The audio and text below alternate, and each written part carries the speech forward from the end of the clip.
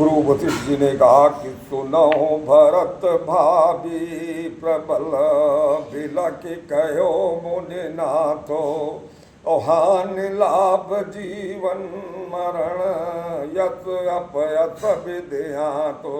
गुरुदेव ने कहा कि बनो अवध के आज से विधि पूर्वक महिपाल कहा भरत से पौत्र वर लो अब राज संभाल।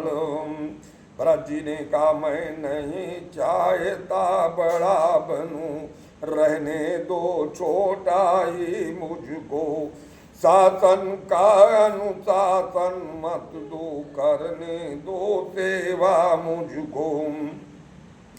तो गुरु वशिष्ठ ने फिर कहा ये सब कुछ है ठीक पर अब तो निश्चित हुआ वो है सीधी लीक। माँ की आज्ञा का उल्लंघन यदि पाप बड़ा कहलाता है तो भरत लाल ये ध्यान रहे वो पाप तुम्हें लग जाता है। तुम्हारी माँ ने कहा जा संभालो बेटा तो माँ की आज्ञा मानो। तो बोल उठे वह कहूँ कुछ मैं भी निजी विचार पुत्र धर्म जो आपने कहा मुझे तो भिकार। भरत जी ने कहा पुत्र धर्म तो मुझे तो कहा लेकिन मेरी बात सुनो मैं तो ये कहता हूँ भगवान समुचित आचार करता हूँ मैं माता से भूल हुई जो है उसका सुधार करता हूँ मैं सहमत हूँ मैं राजी हूँ मैं कहती हूँ उठो बेटा मुझ कलंकिनी के माथे का सारा कलंक दो वो बेटा। तो खींचा बाड़ी ने जभी पवित्रता का क्षेत्र प्रकट पुकारी बदलता ऐसे मनुज चरित्र। तुरंत कह ने कहा मेरे पर लगे हुए कलंक को धो दो पुत्र मैंने बड़ा गलत किया। तो सब राज सभा पुरवासी वो दृश्य देख पुलकार उठे श्री राम विरह के मुरझाए इस वर्षा से हरियाए उठे। तो उसी रात को नगर में फैल गए ये बात भरत बुलाने राम को जाएंगे वन प्रात। सारे अयोध्या में बात फैल गई कि प्रातः तो सारे लोग तैयार हो गए। मानव ही नहीं देवता तक वो दृश्य निहार ल जाते थे है सात पाल की बहुत पर भरत पया दे जाते थे। गुरु ने कहा महाराज आप इस पे बैठिए। तो भरत ने कहा कि सिर बर जाओ उचित यक मोरा और सब ते सेवक धर्म कठोरा। मेरा मुझको तो सिर के बर जाना है प्रभु पैरों को आप कहते हैं मुझे रथ और घोड़ों पर बैठना चाहिए। तो वन यात्रा में चले थे जिस प्रकार रघुवीर त्यों ही पहले दिसत ठहरे तम सातिर आगे फिर चल कर किया उसी जगह विश्राम तरंग बेरपुर में जहाँ ठहरे थे श्री राम। पर जब उसने भरत का हृदय लिया पहचान क्षमा मांग साथी बना छोड़ युद्ध का ध्यान।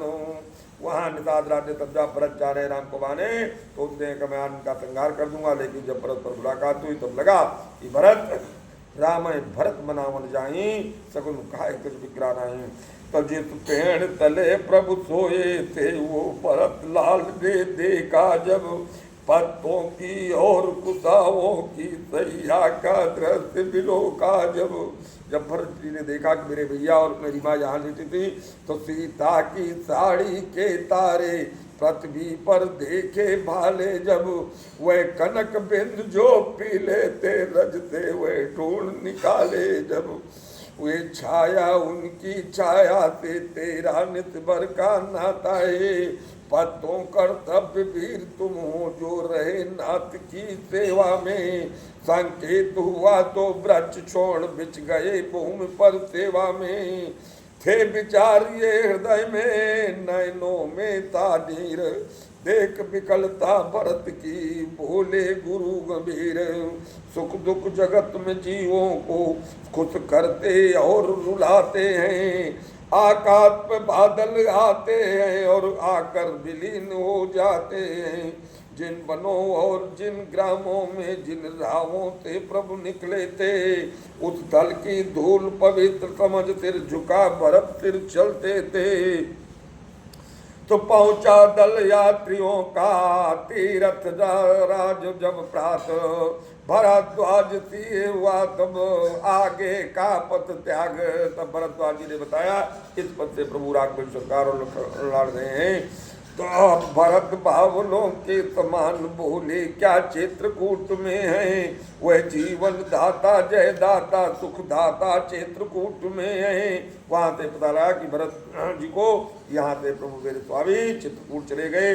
तो दाता जिस कुटिया में रहता भिक्षु का है भंडार वही, है स्वर्ग वहीं बैकुंठ वहीं कैलाश वहीं हरिद्वार वहीं। तो प्रीत में प्रेम है बड़ी चीज जग का, इस पर ही जीवन है। लाता है प्राणी साथी से उसका जन्म सिद्ध धन है। निज स्वरूप है प्रेम का निर्मल आत्मिक प्रेम, दूर नहीं है यहाँ से वो परमात्मिक प्रेम। वो अपने उसी धाम को फिर पाने के लिए मचलता है, पर सीधा मार्ग मिला न उसे इसलिए चला कुछ चक्कर से। लेकिन है प्रेम पवित्र बत उसका ये गिरना खड़ता है। गृहस्थ प्रेम से आगे बढ़ जब जाति प्रेम में जाता है, मिलता है विस्तृत मार्ग तभी जट देश प्रेम में धाता है। उस समय हृदय ते रस नस में आनंद सुरसरी बहती है। वाणी अपने व्यापक सुर में गागा करके ये कहती है। इस प्रकार चल रहा था जब ये प्रेम प्रसंग, तभी वहां पर हो गया अकस्मात रसभंग। कुछ भीलों ने दी खबर सुनी है अवध किशोर, भरतलाल दलबल सहित आते हैं। तो उधर राम और लक्ष्मण को खबर मिली कि भरत जी दलबल के साथ आ रहे हैं। तो 100-200 नहीं हजारों ही साथी है साथ भरत जी के। अच्छे न दिखते हैं विचार कौशल के नाथ भरत जी के। रघुबर के चरणों को छूकर वो छत्री पर ओंकार उठा। लखनलाल ने जैसे सुना धनुष बाण ओंकारने लगा, मानो सचमुच से सा उतार पृथ्वी से फिर ओंकार उठा। वैसे हृदय जल रहा है मछली माँ की करतूतों से। क्या दुख है राज छूटने का पूछे कोई रजपूतों से। यदि घर में एक बड़ा होता तो बड़ा एक ही वन में भी। ये नहीं जानता है कायर कुछ जीवन है निर्धन में भी। यदि पुत्र सुमित्रा का हूँ मैं तो अपना गर्भ मिटा दूंगा। श्री राम दुहाई पृथ्वी पर क्षण भर में उसे सुला दूंगा। भरत जी ने कहा महाराज अब मैं भरत को राम से कि मैं भरत को जीवित नहीं रहने दूंगा। इतना नीच कर्म वो दल बल के साथ आया है, हमको घेरने अपन में अकेला तपस्या। छत्री सुत होकर करे नीचे को क्यों माथ, साथनाथ की ओर वो धनुष बाण है साथ। भाई भाई कैसा भाई भाई तब था जब निर्मल था। है आस्तीन का सांप आज जो कभी भुजाओं का बल था। उससे कुछ बैर नहीं झगड़ा है उसके बुरे विचारों से। विश्वाले दांत तोड़ दूंगा है कौप इसी पुकारों से। इसलिए हाथ में धनुआ है धनुआ पर बाण चढ़ रहा है। शत्रुओं समझ जाओ रण में लक्ष्मण का क्रोध बढ़ रहा है। लखनलाल बहुत क्रोधित हो गई। शंकर भी आकर मदद करे तो शंकर ही की साक्षी है। रण में उसको संगारूंगा जो मैं रघुवीर का बैरी है। अगर आपका स्वामी बैरी है तो जो सतशंकर करे सहाय तो मैं तो दुहाई मैं आपकी सोबत का था महाराज, आज मैं उसका वध कर दूंगा। कहा राम ने रोकता नहीं तुम्हें मैं भ्रात, फिर भी होकर शांत कुछ सुन लो मेरी बात। फिर ये भी माना बदल गया चाहता निभाना मेल नहीं। तो उससे उसकी सेना से जय पाना कोई खेल नहीं। इतनी विकराल सेना भैया तुम अकेले उससे कैसे लड़ोगे। इसलिए अगर आ गया बांध ले तब भी कोई बात नहीं। लड़ सकता हूँ लखन ने कहा नवा कर बात। अपनी तुम कह चुके अब सुन लो मेरी बात। जब तलक भरत था धर्मवान तब तक हम दबा न सकते थे। क्या मैं सो लक्ष्मण भी उसको लड़ने से हरा न सकते थे। बस समाधान हो गया नाथ, अब आज्ञा दो दिल मचल रहा, अपमानित छत्री का लोहू भीतर ही भीतर उबल रहा। ये कहकर खींची तुरंत चुटकी में दंडोर, जाने को तैयार थे भरत लाल की ओर। नंगे थे पाँव पाँव लेके कीचड़ मिट्टी से लीधे हुए, कुछ कुछ बह रहा रक्त भी था, कांटे भी थे। जब भरत जी तब तक सन्मुख आ गए, भरत का हाल देख करके वे काले बाल धूल धूत और पीले मुखड़े पर पड़े हुए, जिस भांत अचानक आंधी में त्रिशूल देव से छिपे हुए, मही पर तरकत के साथ साथ वो मुनियों वाला वीर गिरा। बावला चाहता है पहले रघुवीर के सिर झुका लूं मैं, रघुवीर चाहते हैं पहले छाती से उसे लगा लूं मैं। जब हृदय का मिलन हुआ तो दूर विरह का ताप हुआ। अब सबने देखा चित्रकूट में ऐसे भरत विलाप हुआ, सभी ने देखा भरत राम का मिलन।